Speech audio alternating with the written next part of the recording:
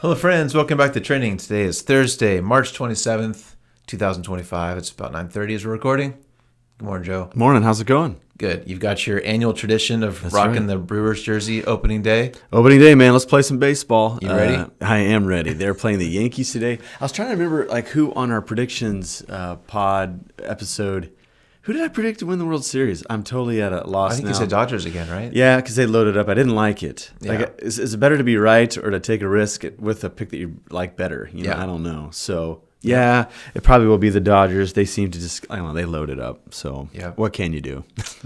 You've got baseball, and I told you this morning, Marvel had a big day yesterday where they unveiled the cast of the new Avengers movie, and it's everybody. Everybody's back to be in the next Avengers movie, so...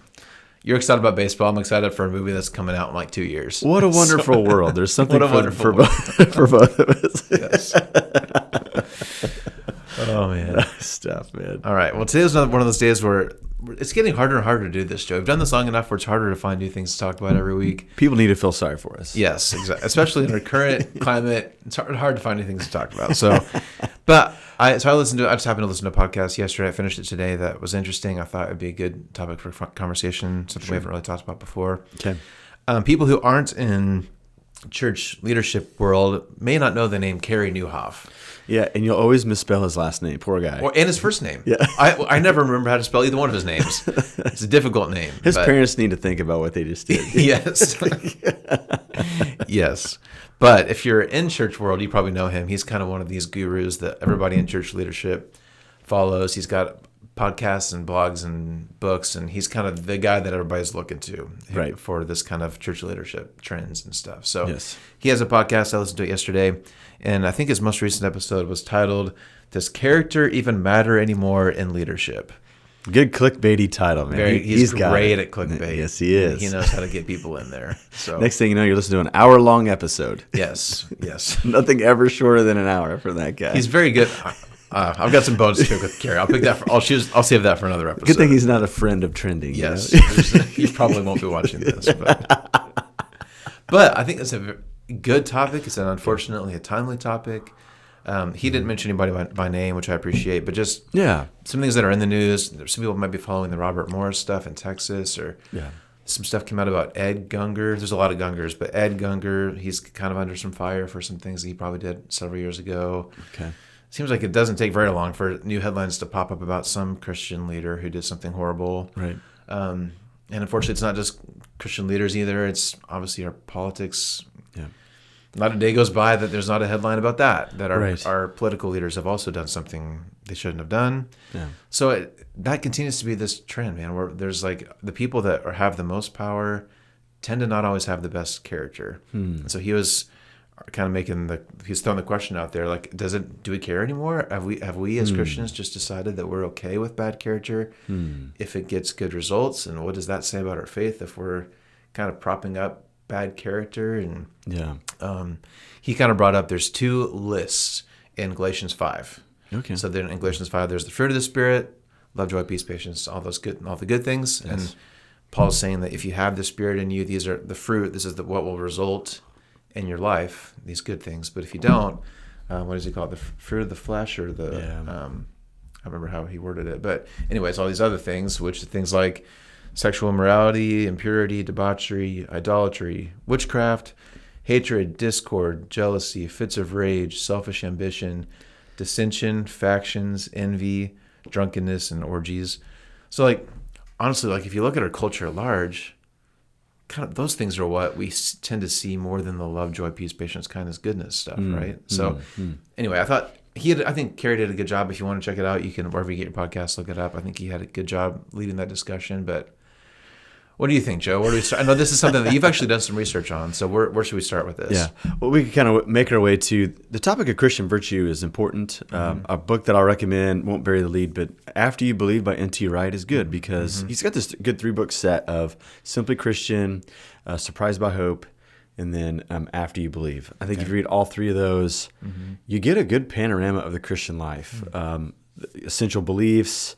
What are we waiting for? What is the mission of the church? What is heaven? What is the promise? And then, until the restoration of all things, new heavens, new earth, like who should we be? And he has a big section in there on virtue. And so that's worth reading and taking in, because we're not going to be able to cover all of it. But there does seem to be, and I learned this term not long ago. I was kind of surprised that I hadn't heard it before, because this has been a topic for a long, long time. Yeah. But a Faustian bargain. Yes. Wow. All right.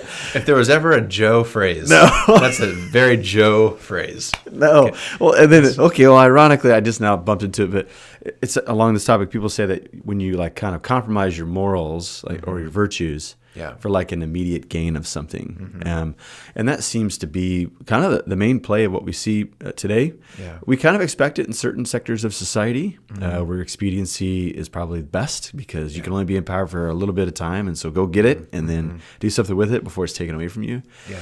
But to see it among the body of Christ is staggering. And I think this is where Christianity is in an interesting little bind, because one of our core tenets is that we're all sinners, like we all fail. Yeah. And that seems to be part of the whole algebra of faith to the very end. I think we're always going to be becoming more transformed, and sanctification is a lifelong process, right? Yeah. As well, like whenever churches grow, they tend to grow around a personality. Yeah. There has never been really a good structure or program set alone. There hasn't been like some really kind of low capacity leader with a great program that's grown big churches. Like you just don't really see that. Right. Churches tend to grow because people gravitate around a person or a personality. And there's just something about whenever a person feels like they're important, they just get battered with temptation. They get battered with all these choices they make. And you're afraid maybe that if you're not as strong as you appear, they'll replace you and stuff like that. And so sometimes some corners are cut. And if you cut too many corners, you start running in circles. So I've been told. Yes. And so I just think that we're seeing this history rhyme, because there's something about being powerful or popular that causes people to act out, maybe in ways that are contrary to a Christian virtue. Because even in Galatians 5, something that somebody pointed out to me, and I really hold firm to, is the fruit of the Spirit are all stuff done in community. We can't work on love without somebody else involved, and patience without somebody else involved. Sure, we can be patient waiting for like an idea or like an opportunity, but people are involved with that, And so what's unfortunate is that when leaders get more and more popular, they get more and more isolated. Yeah. And they stop factoring in, how will this play with others if I do X, Y, and Z? Yeah. And maybe a vivid example of this is, Mark Driscoll, the Mars Hill stuff, the Rise and Fall of Mars Hill podcast series from Christianity Today, highlights many of these things. And he's not alone, but there is a sentiment that seems to seize upon personality-driven leaders anywhere. Yeah. And when it's in the church, it's just so unfortunate. And Ryan Burge, who is a political scientist, sociologist, he's also a pastor. He wrote a book about some 20 trends, like religious and faith. Okay. And he shows through the data that there has been a change, like from the time of like the Bill Clinton scandal to the Trump era. People of faith have decided that the key leaders in society don't necessarily need to be, altar boys or altar girls. Like they, as long as they kind of get our agenda done, we're fine with their morals being compromised. Right. And that was kind of a staggering thing for him to see, but it's not something he's just jumping to. That's like in the data. Yeah. When you measure, one era to now, there has been a drastic change. And so, what do we do with all this? Do we have like a wholesale transformation of what we think of, what a upstanding person looks like? I don't know. We're on a journey, and it seems like we can go in one or two of directions. But this topic of virtue is not new. It's been something that's been going on for quite a long time. And it's actually something that the early church absorbed from their wider Greco-Roman community. This has been a conversation. What is the good life? What is a good person? And all these different thinkers throughout the ages have tried to come up with a short list, because when you're raising kids, or when you are, raising up apprentices in industries, when you're trying to train pastors and church leaders, you want to say, like, these are the things that we should strive to be like and to do and to value. And if we're going to do that, we probably should avoid these things. Yeah. And I just think for whatever, maybe because it's the helter-skelter, neck break pace of society, we've just not taken the time. Yeah. To really impress those things. And it might be something that we need to reconsider in the long run. I think what gets so tricky, one of the reasons why this is such a difficult issue, is with the churches who've had leaders fall from morality stuff, and if politicians or business leaders, a lot of them are successful, right? Yep. And so that's what's hard, is when, let's say, a pastor does something horrible and they are forced to resign or whatever, we find out that it probably went on longer than it should have because people were being saved, and like there was good fruit coming out of the ministry. Or maybe in politics, maybe there's a bad person in charge, but he or she is getting good things done, or the business is profitable. So how do we weigh, especially in a church setting, if there seems to be a lot of like spiritual fruit, but we know that the leader is maybe not as stellar of a character example as we wish that he or she was? That's what this is hard, right? Right. What would you say about that? Yeah, I think a positive thing that we see in society, there's a lack of trust in about every sector of society these days, and I think we probably have earned it at some level. When all these story after story comes out, right? And so I think that every organization, every institution needs to begin to say, hey, we need to probably work on some controls. We need to work on some boundaries here. Maybe work on some policies too, so that we can be trusted again. And I do think like the lack of trust and full trust of these institutions, I think it's a tidal thing. I think the tide has gone out in trust. I think it comes back. And I think we've seen this historically. And so I think that in the meantime, like what if, churches like invested in their future, not just took care of the whirlwind of today and the next Sunday that we've got to plan for and stuff. And but if we start saying, let's start dreaming about who we're going to be as a church 20 years from now. If we're going to get there, we probably should start to audit and evaluate some of our financial practices, some of our reporting and accountability, some of our leadership development values and stuff like that. So that, it sounds like, not the most glamorous work right now. Maybe boring for most people. I can even sense eyes glazing over just the thought of it around here. But like if we got to think about the church who we're going to be 20 years from now is counting on us to do the work now, right? And so I do think that it's like just having the courage to say, we're not just living for today in the expediency of what we can try to get today. We want to live for tomorrow. And I think if we did that, then this stuff would be front burner issues that we want to start to work on and start to evaluate and start to really notify, like, yes, we want our people to be like this. We want our leaders, without question, to be these types of people. And this is what we're going to do to make sure that our leaders are more like this. I think the whole fruit of the Spirit thing is kind of interesting because Paul seems to say, again, like if you have the Spirit in you, this is how you're going to live. If then, right? Yes.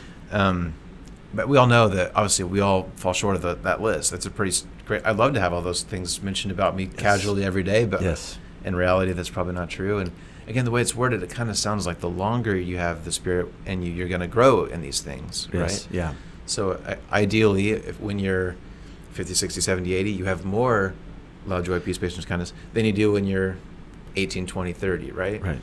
So I guess how much can we realistically expect of our leaders, and how much is this just a journey that we're all on, and that's part of being human? Does that make sense? I think we got to have a bit of both there because, as Gary Player, the famous golfer, once said, the more he practiced, the luckier he got. The more that we're deliberate about these virtues, I think the more that prevalent they're going to be in our lives. It's not just going to show up, automatically, but it does come through practice. And I think that while Paul says it's an if-then, he kind of speaks in these, two, binary terms. He does also talk about growing in grace. He talks about the lifelong process of this. If you and I were to like raise Paul from the grave now and ask Paul, "Are you saved?" He would say yes, no, and not yet, all at the same time. Not because he's crazy, but because that's what his theology was. He felt like the here and now and the far beyond, they're overlapping. God's new world and this current one is overlapping. This one's perishing and this one's arriving. And so, of course, we would see victory, triumph in some of these areas, but we would also see the sting of some of the old world still at work in our lives. And many Christian thinkers have, parsed that differently over the years. Dr. Hank, our favorite professor, one of our favorite professors back in the day, he said he once met a Lutheran, and this is kind of a ghastly statement, but he said, the moment someone becomes a Christian, you got to go ahead and end their life now because they're not going to be holier than that moment. That's a overstating of terms. But there is something when we actually get into the process of becoming, more thoroughly Christian, it's hard work. And a lot of times we will take one step forward, one step back. And so I think you kind of opened up a great theological idea here too. Much of this is the work of the Spirit of God in us. We can't get there by gritting our teeth, straining necessarily, but there is a powerful reservoir of work, a person working inside of us. And this is God's business. I mean, this is the bargain that God has made. He is rescuing a lost humanity that did not deserve it. So way ahead of time, he proclaimed that we're forgiven and free forever. Yeah.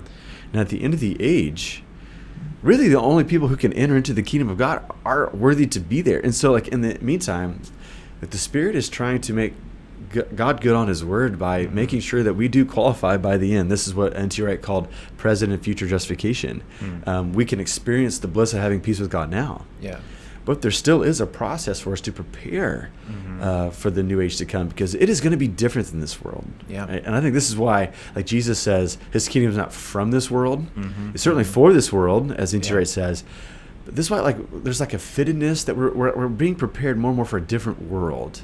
We still have to navigate this one, and we can still like love this world and love the people in this world, but we also have to have our eyes on a different horizon. And I hope that like faith leaders have their eyes on that horizon too. Yeah.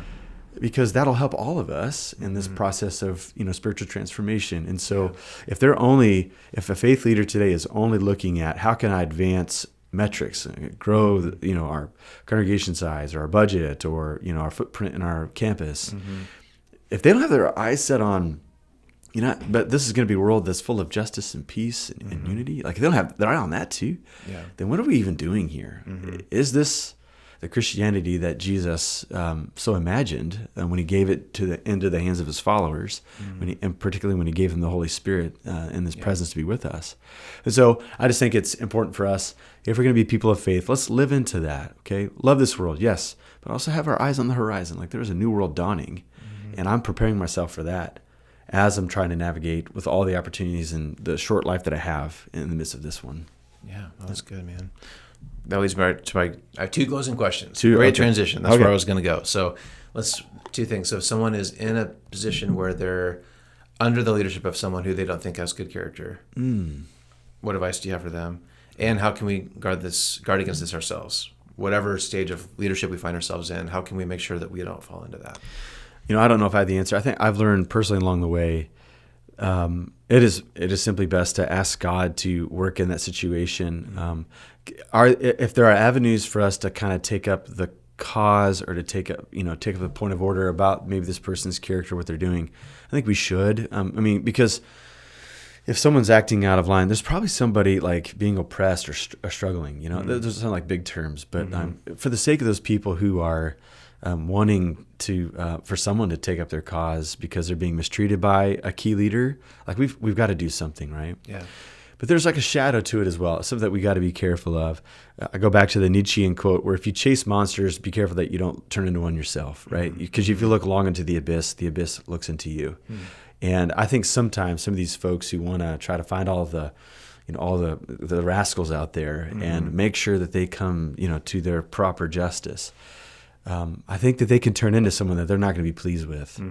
And so we have to find a balance of, yes, taking up just causes, but to do it in a way that Jesus would do it. Yeah.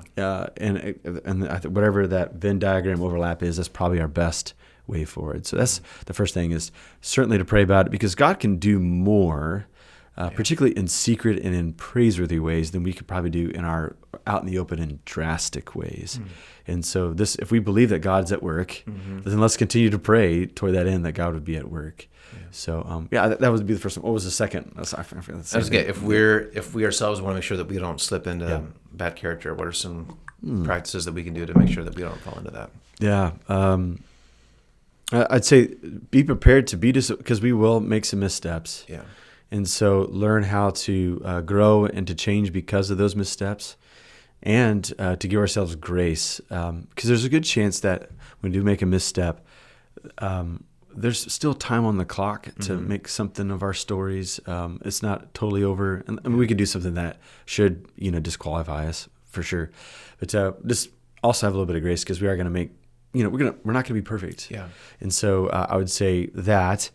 But I think also just having the long game in mind, I don't know. I came across this quote again, and I've been reflecting on it. But somebody mentioned more or less that I need to do the work today, so that because my 3-year older self is counting on me not to not do it today. Like, go ahead and put the work in now, because they're counting on me that I've done some hard work in the past. And so always have your future self in mind. I think all of us want to get to the end and be more proud than disappointed or regretful of the things that we've done. And so if we can just simply have, like, I don't know, a vision of what does 70-year-old Matt Edersman look like. You've retired, the retirement party's happened, the cake's been eaten, you're carrying these Kotchki type gifts, home, and you're reflecting on your life. Are you pleased with what you did? A couple of questions I've been asking people as a preacher, just to kind of get to the heartbeat of what people are going through. What are you the most proud of? What are you the most scared of? And I think that asking ourselves those questions regularly helps us to calibrate what we're devoting ourselves to. And then the thing that we're most scared of, is it worth fretting about? Because a lot of times we make missteps because we say this in hockey, we grip the stick too tight and we make errors because we're too afraid. You got to play loose. And so I think that we've just got to constantly monitor, what have I been proud of lately? And then what am I scared of? And then ask some follow-up questions. Is this worth being proud about? Is this like the second horizon kingdom arriving type thing you should be proud of? And then is this thing that you're scared about, is it really something that's not so significant that we can leave it behind and tell it, my God's bigger than you, and kind of keep moving forward? So having that proper reflection and courage, I think would be a good thing for the days to come.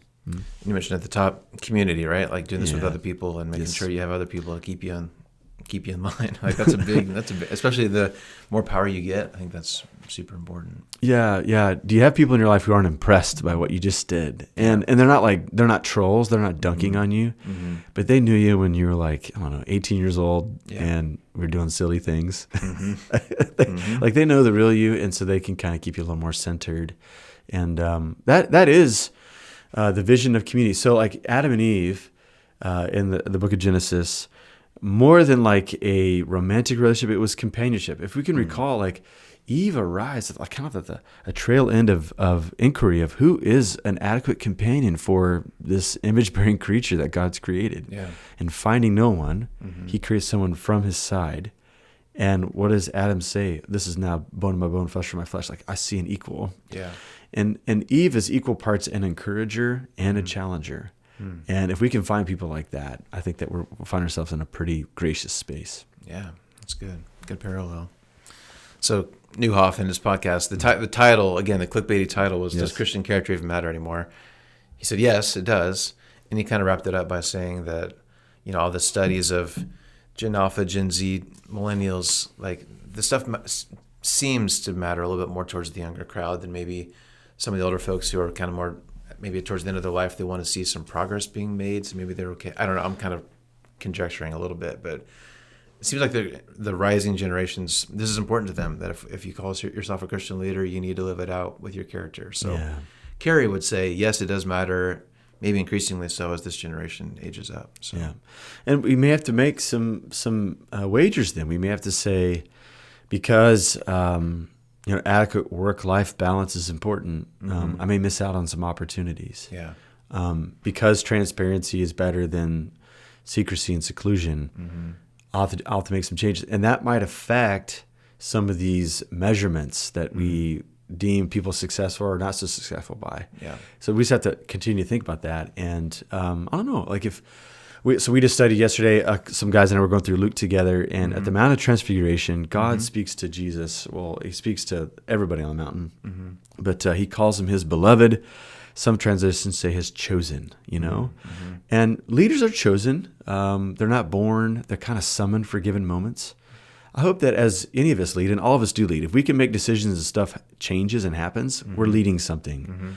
I hope that we can hear that we're beloved at the same time. And what's cool is if you were to go into Andy Owen's office here at church, where he sits at his desk, he look up to his wall, and he's got this sign up that says beloved. And it's a way for him to be reminded, no matter what work he does, if it goes well or not, he's beloved. I think that's a solid way to look at our opportunity as leaders today. Agreed. All right. That's good, man. Yeah. Well, I hope our Christian leaders do this kind of thing, because Yeah. it does seem like in my generation, in my lifetime, it's kind of taken a turn for the worse. So Yeah. let's be a part of the uphill climb. Yeah. So. Yeah. Okay, well, should we wrap it there? Let's do it. Hang up the phone, man. You got some baseball to watch in a few hours? Yes, right, man. Here we go. The long, boring baseball games. Here we go. That I am here for. Oh, man. All right. Well, thanks again so much for all of you watching or listening. We'll see you next time. Let us know if you have any topics for us, but we'll look forward to seeing you next week. So have a good weekend. See you next time.